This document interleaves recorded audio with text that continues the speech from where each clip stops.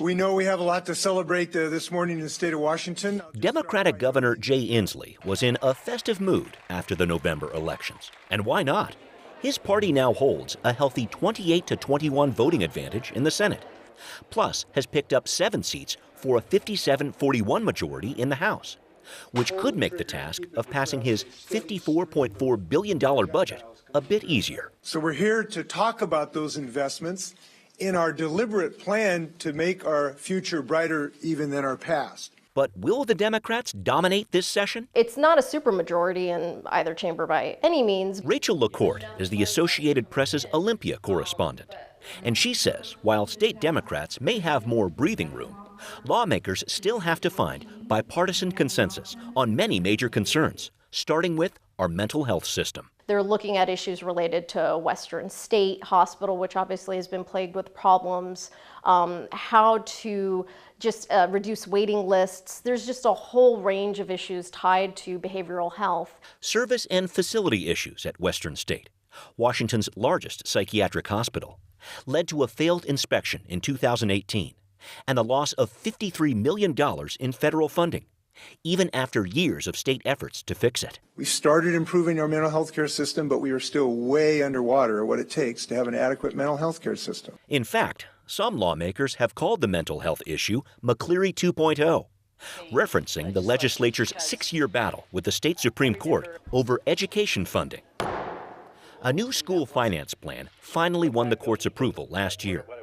And while many districts say McCleary puts unfair limits on local school levies, lawmakers should be able to focus on something beyond our K-12 system in 2019. So there are still areas that they're going to have to tweak, but for the most part, they're able to come into a 2-year budget not just focused on basic education. Our Washington state orcas are being pushed to the edge of eternal silence. The governor, who's made the environment his signature issue, is also calling for more than $1 billion for killer whale recovery, along with other eco-friendly measures. Plus, there's a new investment towards housing affordability. My budget provides $262 million for affordable housing.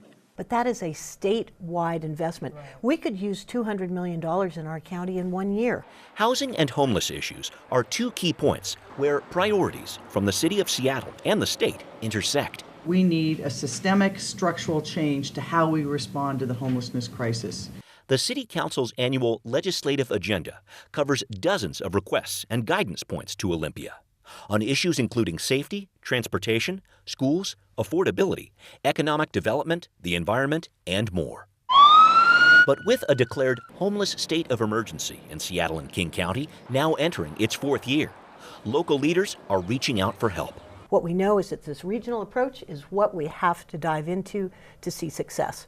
That regional approach may involve the state's new committees on the often paired issues of homelessness and mental health, and city leaders will be pushing for immediate progress. We need millions more to be invested in housing, and we need it fast. And I talk about 2019 being the year of action. We have got to stop planning and start really building, and that may mean more resources. More resources at the city and county level may indicate a local tax measure for the homeless is on its way.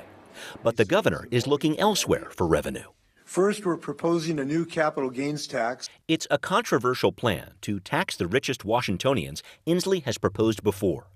But we'll be waiting a while for legislators to discuss that, or any state budget deal, with revenue forecasts coming later in the 105-day session. And they don't really want to write the budgets until they see exactly how much money they have to work with. The only thing we may not be waiting long for is an announcement from Jay Inslee about running for president, as federal, state, and local politics collide this January.